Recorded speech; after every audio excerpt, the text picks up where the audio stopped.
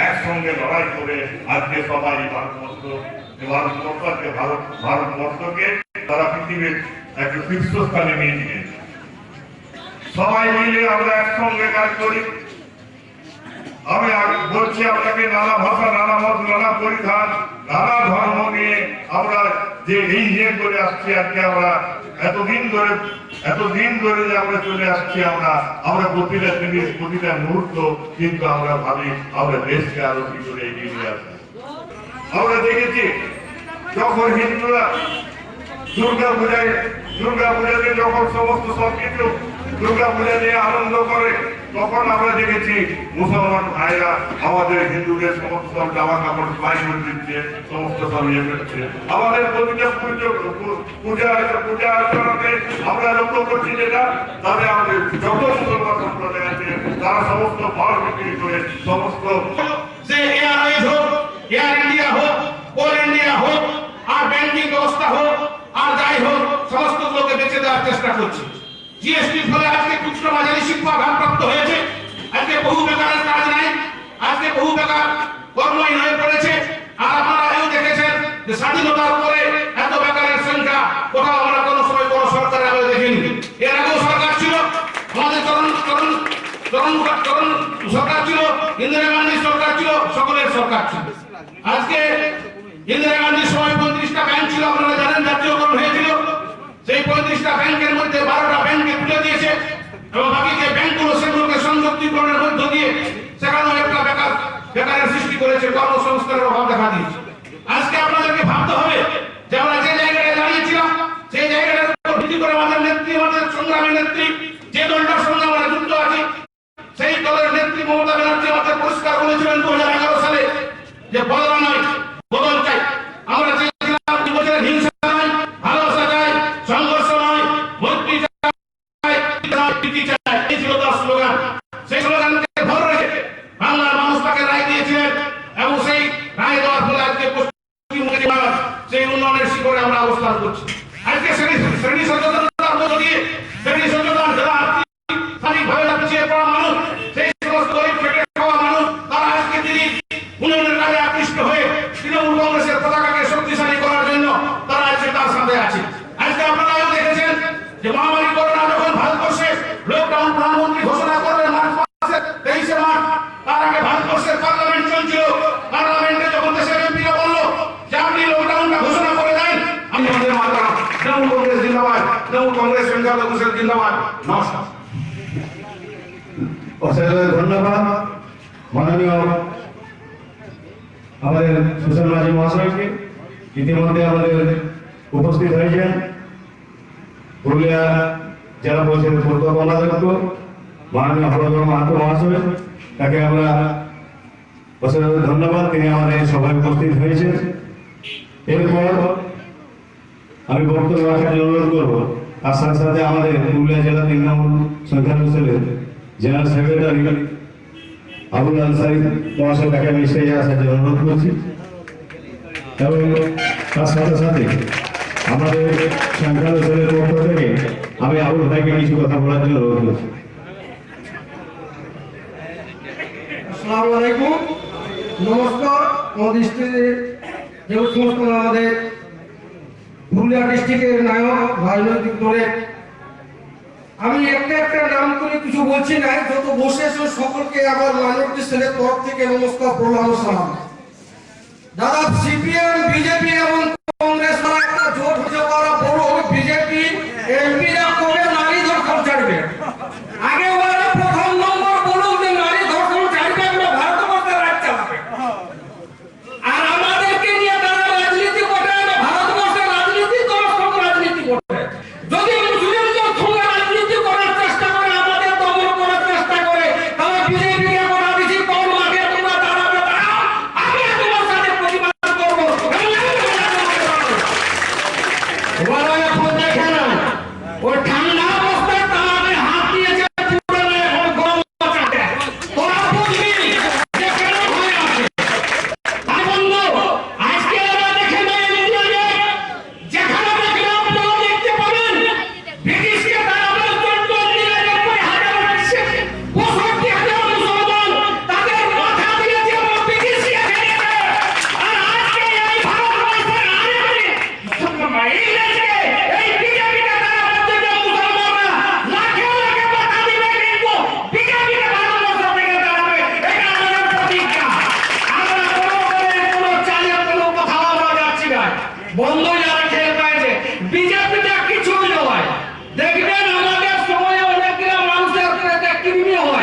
ও মানুষটা খায় না, এর কিছু না করলে পিলিপিল করলে ওই হাতটা উঠিয়ে রাখতে হয়।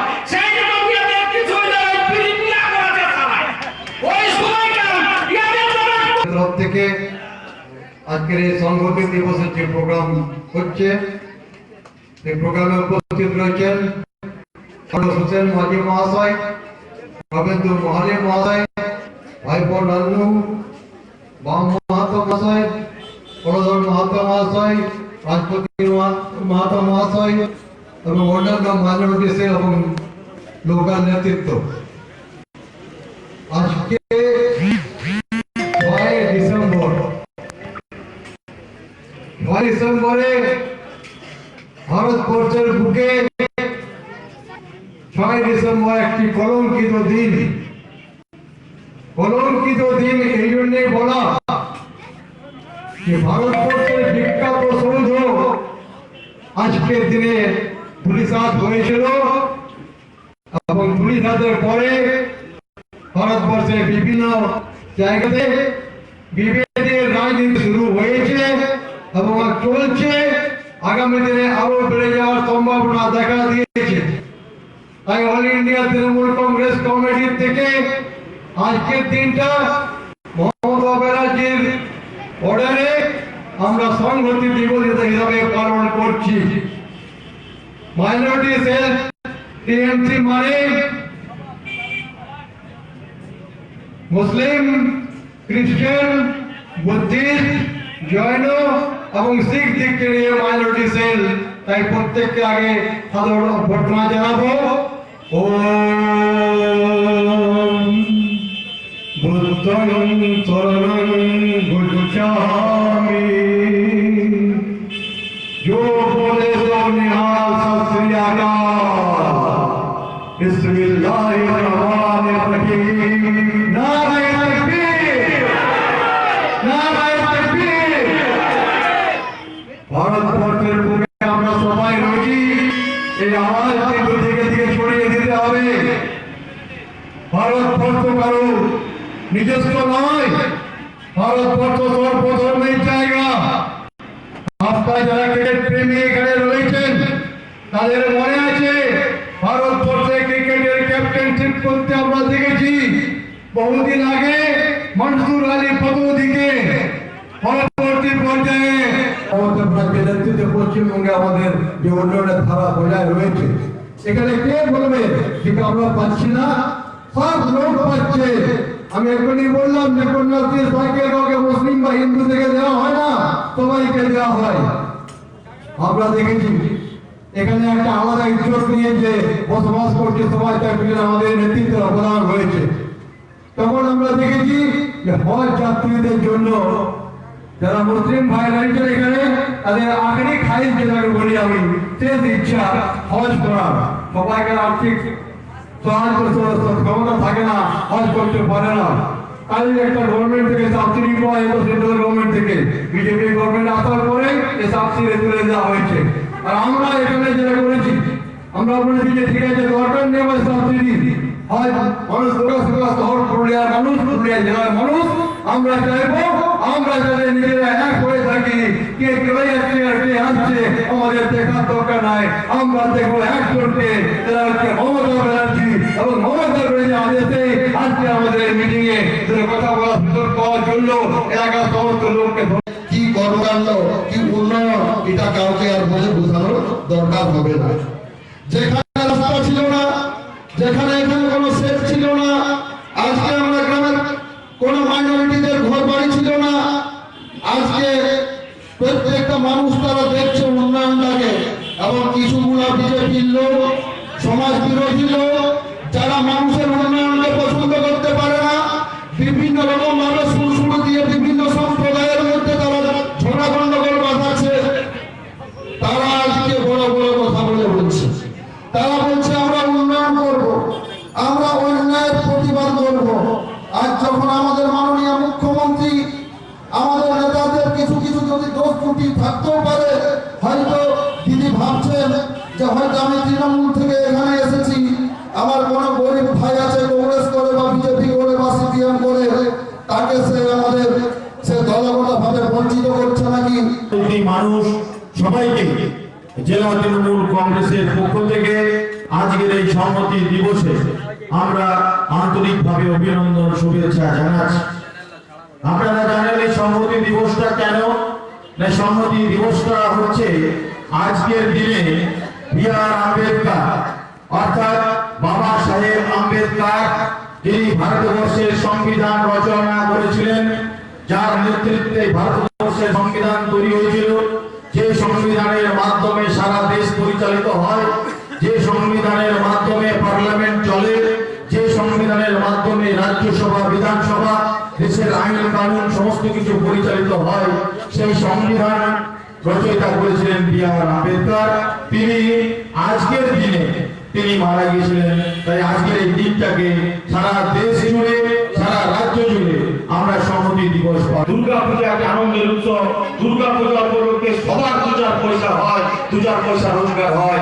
এমন কোন মুসলিম টেলার নাই যেখানে হিন্দুরা যায় না, ওই সেখানে তো কোনো ভেদাভেদ নাই, তারা সেখানেই যায়, সেখানেই তারা নিজের জামা কাপড় সেলাই করায়। এটাই আমাদের সম্প্রীতি। আমাদের মকরও যেমন লোক যায় জামা কাপড় সেলাই করতে, তেমনি কালী পূজাতেও যায়। এটাই আমাদের সম্প্রীতি। আজকে তাই আমরা বলতে চাই, আজকে এইভাবে ভেদাভেদের রাজনীতি কারা করছে? একমাত্র বিজেপি পার্টি করছে। আজকে এই যে আমরা হাটের এখানে সভা করছি, এই যে সেটটা দেখছে, এই সেটটা এখানে হওয়ার জন্য বিজেপির এই এলাকায় যিনি মেম্বার, তিনি বাধা দিচ্ছে। কেন কেন ভাই বাধা দিচ্ছে? হাটটা কি কোনো মুসলিমদের লেখা আছে? এই হাটটা তো সমান। এখানে হিন্দুরাও বাজার করতে আসে, এখানে মুসলিমরাও বাজার করতে আসে, যারা মানুষ তারা সবাই বাজার করতে আসে। তাহলে এই নয় আজকে প্রথম কি মুসলমানরা কি কোনো বাইরে থেকে এসেছে? এখানে মুসলমানরা, তারা ভারতীয় মুসলমান, তারা দীর্ঘদিন ধরে এখানে বসবাস করছে। বাপ ঠাকুরদার 14 গোষ্ঠী তারা এখানে এসেছে। হিন্দুরাও যেমন দীর্ঘদিন ধরে এখানে বসবাস করছে, তেমনি মুসলমানরাও দীর্ঘদিন ধরে বসবাস করছে। আপনার পুরনো দেখুন, নথির পত্র, দলিল পর্চা দেখুন, দীর্ঘদিন ধরে এই এলাকায় একসঙ্গে সবাই বসবাস করছে।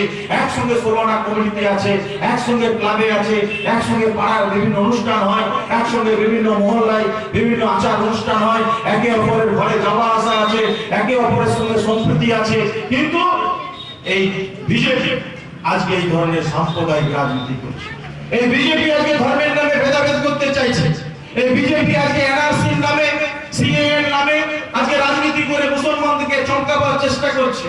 বলছে মুসলমানরা বাইরে থেকে এসেছে। আপনি দেখুন নথিপত্র, কাদের বেশি আছে কাগজপত্র, কারা দেখাতে পারবে? আজকে তাই আমরা এনআরসি সিএএর বিরোধিতা করেছি যে প্রত্যেক মুসলমান যেমন এই দেশের বসবাসকারী, প্রত্যেক হিন্দু তেমনি এই দেশের বসবাস করি। তাই আমরা বলেছি ওই ধরনের কালা কানুন আমরা মানছি না, আমরা মানব না। এদেশের প্রত্যেকেরই ব্যবস্থা আছে। দীর্ঘদিন ধরে দলিল পর্চা, খাজনা থেকে শুরু করে বিভিন্ন মানুষের কাগজপত্র সমস্ত কিছু আছে। তারপরও কিছু মানুষকে হয়রানি করার জন্য, ভুল বোঝানোর জন্য এনআরসি চক্রান্ত করছে, মুসলিমদের মধ্যে একটা আতঙ্ক তৈরি করার জন্য চেষ্টা করছে। তাই আমরা আশ্বস্ত করতে চাই, বিজেপির এই চক্রান্তের কথা শুনবেন না। আমরা কি ফর্ম ফিল আপ করি ঠিক মতো? তো আমাদের তো কথা নাই। আমাদের সরকার বলেছে যে ভারতবর্ষের পশ্চিমবঙ্গ রাজ্যের যে কোনো নাগরিক এই রাজ্যে যারা বসবাস করে তাদের সবার জন্য স্বাস্থ্যসাথী। আমরা কোনো দল দেখি নাই যে কে বিজেপি, কে কংগ্রেস, কে সিপিএম। আমরা বলেছি আপনি এই রাজ্যের মানুষ, আপনি আসুন, আমাদের মমতা বন্দ্যোপাধ্যায়ের ছবি রাখা স্বাস্থ্যসাথী কার্ড নিয়ে যান। তখন হয়ে উঠলে মমতা বন্দ্যোপাধ্যায় স্বাস্থ্যসাথীটা কার্ড নিচ্ছে, আর হুড়মোড়ার বাজারে চা দোকানে তখন বলছে মমতা বন্দ্যোপাধ্যায় ঠিক কাজ করে নাই। তখন মমতা বন্দ্যোপাধ্যায় জিন্দাবাদ তারা বলছেন। কই বলছে তখন নরেন্দ্র মোদী কথা যে কেন নরেন্দ্র মোদী সবার জন্য আজকে স্বাস্থ্যসাথী করলো? আজকে তোমার ছেলে যখন স্কুলে যাচ্ছে হুড়মোড়া, তখন তুমি ঠিক কন্যাশ্রীর টাকা নিছো, বিয়ার সময় 25,000 উপস্থিতি নিছো, কন্যাশ্রীর 25,000 নিছো। কেউ মারা গেলে 2,000 টাকা সমবেতের টাকা ঠিক নিছো, তুমি সিটি ভাড়া নিছো। আর বাইরে তুমি বলছো সরকার কোনোই করে না, মানুষের জন্য কিছুই দেয় না। তুমি আমাদের উন্নয়ন সব নিছো, অথচ তুমি বলছো এই সরকার কোনোই করে নাই, এই সরকার কিছুই দেখে পারে। তুমি এদিকে ছেলের সাইকেল নিছো, আর বিজেপির মিছিলে ছেলের সাইকেল, সামনেটায় সাইকেলটাই লেখা আছে সবুজ সাথী।